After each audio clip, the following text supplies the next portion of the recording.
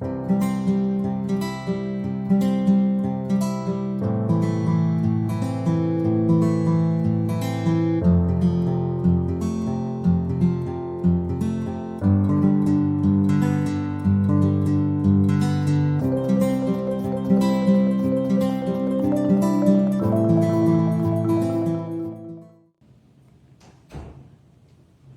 she made her way out of the village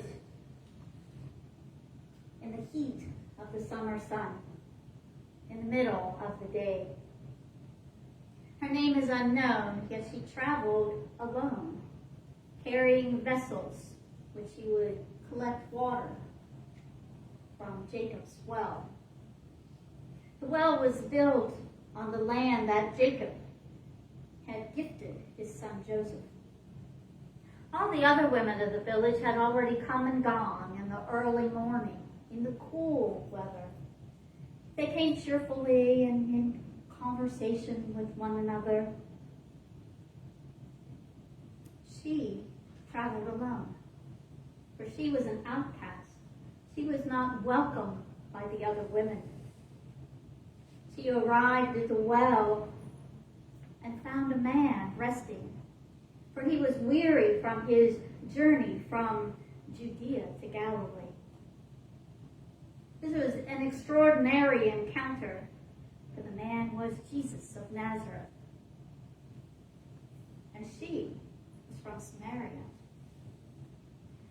It was a time when the Jews didn't associate with the Samaritans. The Samaritans were intermarried Israelites and Assyrians. And the Jews felt that they were unworthy, that they were lowly beings, so they just didn't associate one with another. And Jesus' disciples had left him at the well as they went into the city to gather food.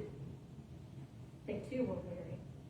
So the woman was a little on guard when she approached the well and there was a man. She became even more suspicious when she began to draw water from the well, and the man said to her, "Give me a drink." Taken aback by this request, she said, "How is it that you, a Jew, ask for a drink from me, a woman of Samaria?"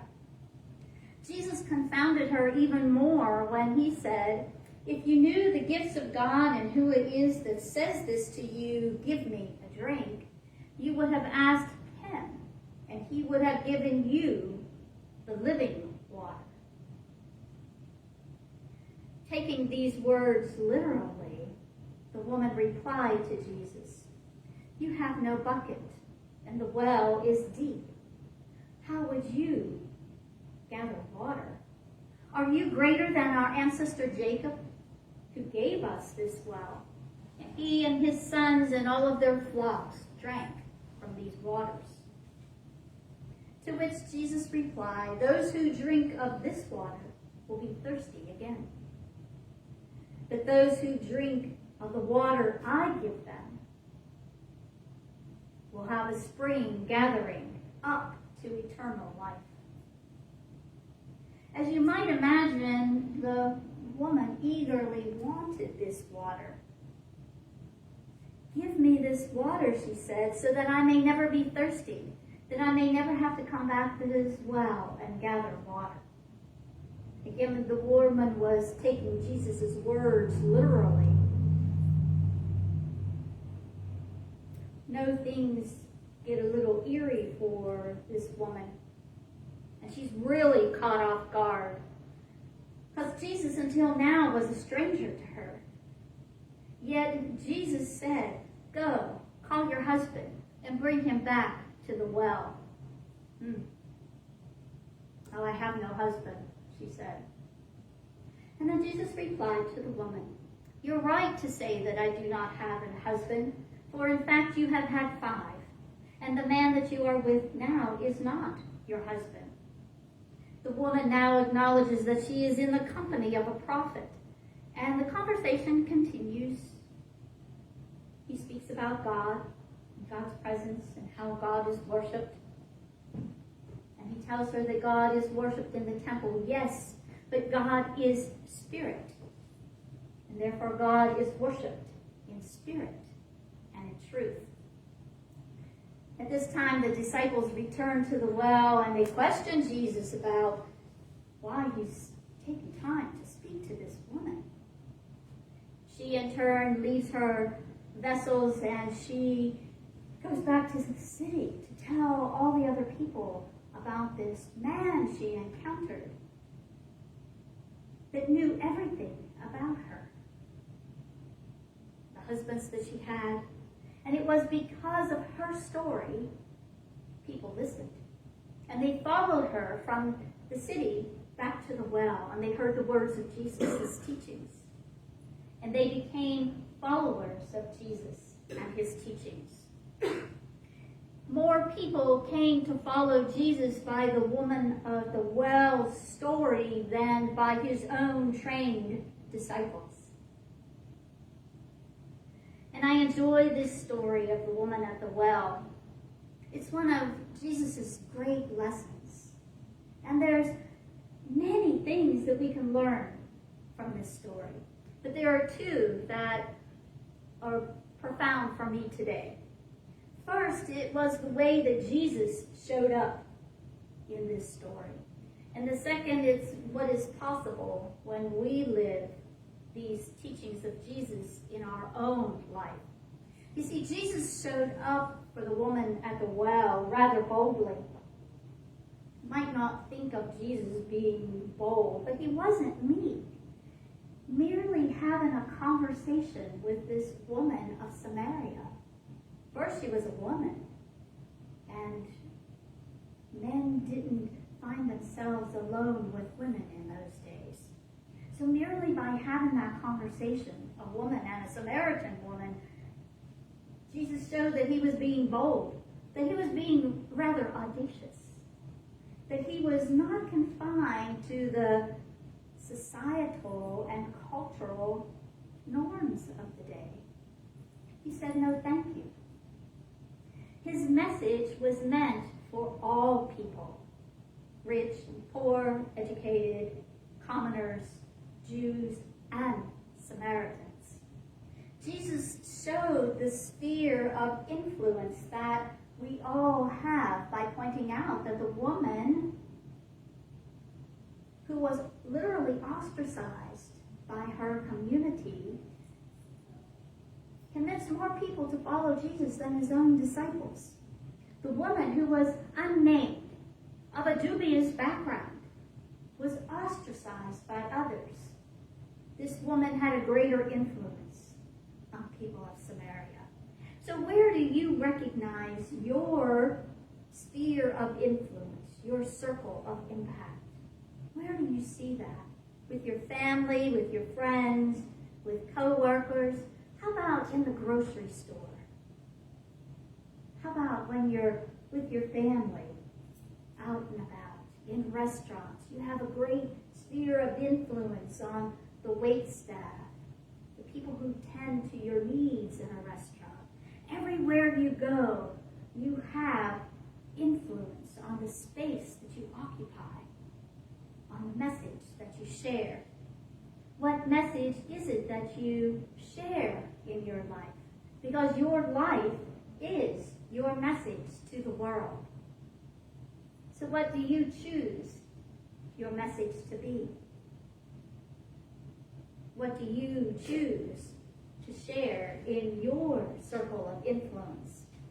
So I can't help notice that even the boldness of Jesus when he stepped away from those societal norms of deep separation. People didn't associate with each other. But Jesus wasn't loud about it. He wasn't bombastic. In fact, he and the woman were alone at the well. Now, the well was a public place. Anybody could come and go. But it was a time that it was just Jesus and the woman. And Jesus just made a simple, quiet request of her. Give me a drink. The woman may have felt a little or even a lot uncomfortable with when Jesus revealed all that he knew about her life, the intimate details of her life. Yet she didn't run. She could have easily just gone back home, but she didn't. The presence and the countenance of Jesus was compelling to this woman, and she lingered and stayed to hear even more. Jesus spoke to her lovingly. He spoke with kindness, and in turn the woman was comforted. Even when he spoke about the details of your life, he didn't do it judgingly. He simply said, this is what I know about your life. This is what I know so far. This is how you are in the world. And I see that you are thirsty. That you have a deep thirst for something more. The living water. Waters that would quench life's thirst. A second significant point for me that what's possible when I live the truth, when I live knowing that God is spirit and that we live in spirit and in truth. So if you're like me, there have been times in your life when you have felt very deeply thirsty. Perhaps it was a physical thirst. And on these hot summer days, we can quench that physical thirst by just grabbing a beverage, drinking some water.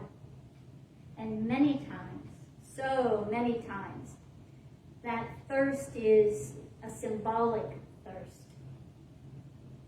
It's our spirit that is thirsty. It's our soul that is thirsty for more. We thirst for something that's more than what the human satisfaction can give us. In our jobs, in our houses, in our vehicles, in our accolades and honors, in our accomplishments, in our vacations, in our children, in our families, in our friends, we still have a thirst for something more. Something that's not possible to be received from the world.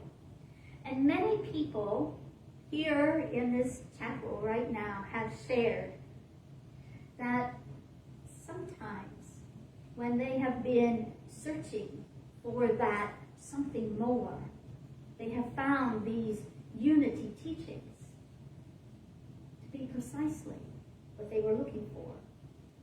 That we had a thirst that all the loveliness and all the joy of the world couldn't quench. Perhaps you were thirsty when you found those living waters that Jesus speaks about. To return our hearts and mind to that place within. To return to nurturing that amazing spiritual life that we live. To remembering our true divine nature. And to remembering that we are indeed beings of spirit. We are beings of spirit that have this human experience as a gift and a joy. So for anyone who has felt this insatiable thirst and went searching, typically returned and found satisfaction deep within, in finding that God presence within each of us. We found at the end of our search, what we were searching for, we had all the time. It's within us. The power and presence of God that dwells on this earth as us. The power and presence of God that quenches our thirst. So sit a while at the well with Jesus and take in his teachings. Take in his example of love, of kindness, of compassion. Take in those teachings and Give them to yourself first. Be loving, kind, and compassionate with yourself. And then share that with the world. Sit a while at the well with Jesus. And let go of judgmental thinking. Let go of untrue beliefs that the world would like to have us believe about ourselves and about all beings. Let go of those ideas of lack or limitation.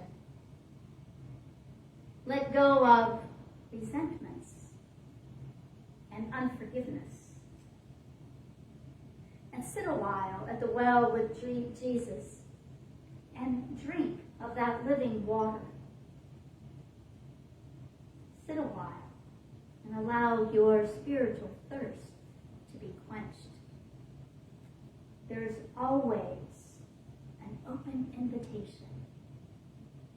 Jesus is always standing at that well, just waiting for us to show up in the heat of the day, in the cool of the evening, at sunrise or sunset, whenever we are ready. Jesus is sitting at the well, waiting for us. So the invitation is here. All we need to do is say yes. So today, let's all say yes. Take a walk to the well.